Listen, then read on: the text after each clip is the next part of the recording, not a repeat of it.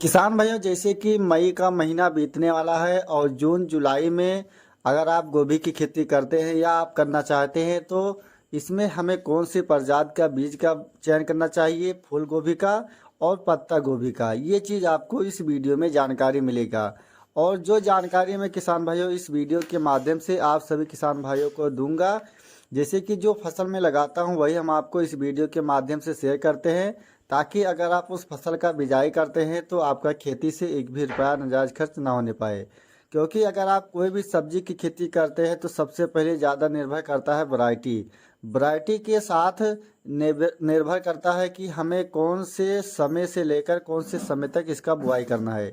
जैसे कि जो वैरायटी मैं आपको फूल गोभी का बताऊंगा, इसका नर्सरी डालने का जो समय है कब से लेकर कब तक आप डाल सकते हैं, तो आपको ए टू जेड जानकारी मिलेगा। तो नमस्कार दोस्तों, मैं हूं आपका दोस्त राहुल चौरसिया। आप सभी का अपने YouTube Awadh live TV channel पर बहुत बहुत स्वागत करता हूं। किसान भाइयों, सही जानकारी आपको तभी मिलेगा जब तक आप वीडियो को लास्ट तक देखेंगे नहीं। और एक बार इस वीडियो को आप देख लेंगे तो आप कभी भी भविष्य में गोभी की खेती करते हैं या आप करना चाहते हैं तो आप वैरायटी का तो सही बीज का चयन करते हैं, लेकिन उसमें जो महीने का, जिस महीने में आपको नर्सरी डालने का समय है वह आप नहीं डालते हैं, और जब उस गोभी का हार्वेस्टिंग होता है तो वह उसका फूल भी अच्छा नहीं मिल पाता है।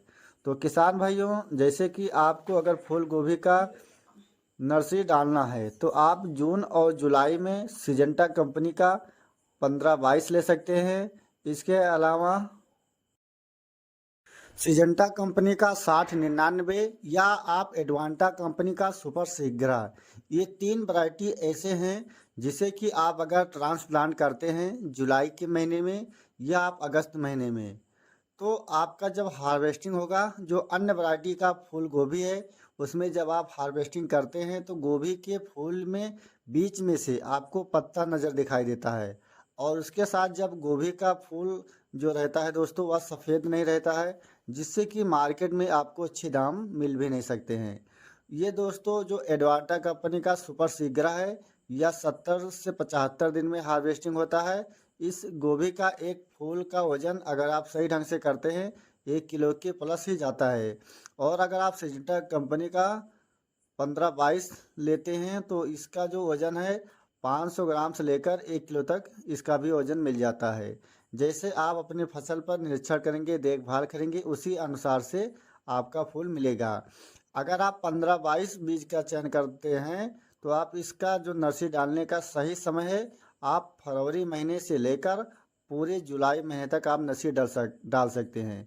अगर आप जुलाई महीना बीत जाता है तो आपको अगस्त महीने में इस वैरायटी का बुआई नहीं करना है, नर्सरी नहीं डालना है।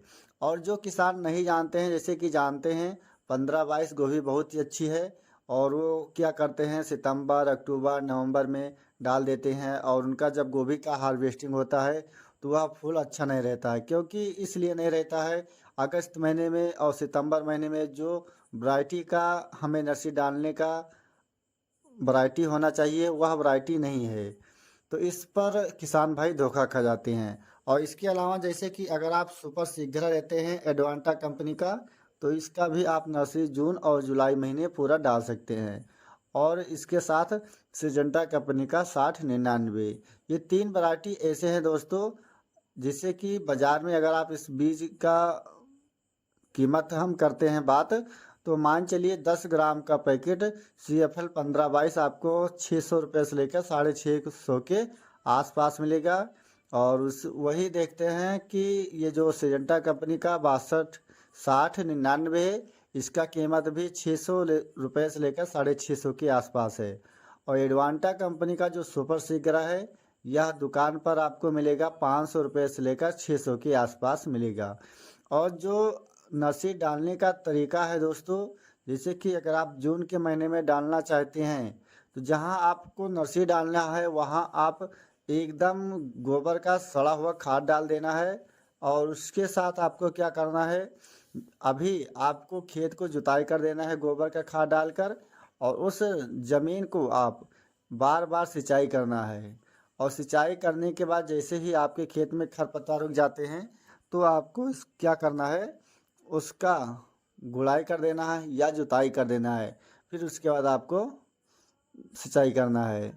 और जब आपको नर्सरी डालना है दोस्तों, तो आपको ऊपर वाले, जैसे कि जो देहात में छान का मड़ैया होता है, उसी प्रकार से आपको नेट बना देना है। हरा वाला नेट का मड़ैया टाइप में छा देना है, तभी आपको नर्सरी डालना है।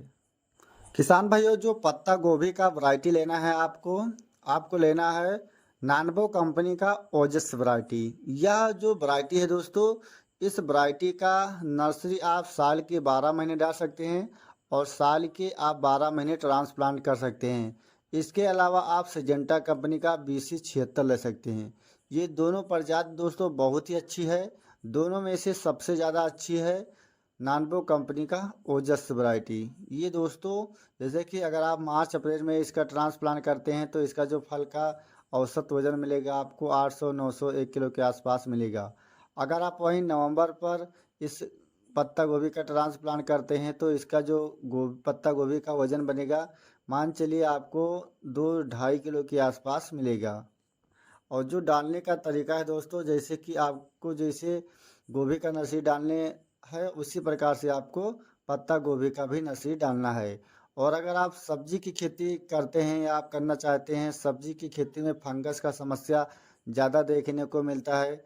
इसमें क्या करते हैं कि जो नए किसान हैं या पुराने किसान हैं, उसमें रासायनिक खाद का प्रयोग ज़्यादा करते हैं। और जैसे गोभी का ट्रांसप्लांट कर देते हैं तो उसमें यूरिया ज़्यादा डालते हैं, तो उसके डालने से भी जो गोभी का फसल रहता है उसमें फंगस का समस्या ज़्यादा देखने को मिलता है, गलन का। तो अगर आप इस कोई भी सब्जी की खेती करते हैं तो आप रासायनिक खाद का प्रयोग कम करें और अपने फसल पर जहां आप खेती करते हैं या आप करना चाहते हैं तो आपको जैसे मई जून के महीने में कल्टीवेटर से जुताई कर देना है। अगर आपके पास गोबर का खाद नहीं है, 10 दिन पर आपको एक बार कल्टीवेटर से गहरी जुताई करके छोड़ देना है। जैसे कि जब धूप खिलता है, हमारे ज़मीन में जो नीमाटोड का समस्या है, दीमक का समस्या है, ये समस्या बहुत ही अच्छा आपको निदान मिलेगा। और उसके साथ जो हमारी मिट्टी है दोस्तों, उस मिट्टी की जो उर्वरा शक्ति है सूर्य के प्रकाश से बढ़ जाता है। और अगर आप कभी भी ऐसा प्रक्रिया नहीं करे हैं तो आप मात्र 5 या 10 विषय में आपको इस ट्रिक को अपनाएं और देखिए आपका कितना अच्छा फसल रहेगा। और जो फसल आप देख रहे हैं दोस्तों, जो भी मैं फसल लगाता हूँ, गोबर का खाद ज़्यादा डालता हूँ और रासायनिक खाद का प्रयोग कम करता हूँ। तो किसान भाइयों, अगर आपको हमारी यह जानकारी अच्छा लगा तो वीडियो को एक लाइक ज़रूर करें। और जो किसान भाई हमारे चैनल पर पहली बार हैं या अभी तक हमारे चैनल को सब्सक्राइब नहीं किया है, तो कृपया चैनल को सब्सक्राइब करें दोस्तों। फिर मिलेंगे एक नेक्स्ट वीडियो में, तब तक के लिए जय जवान जय किसान।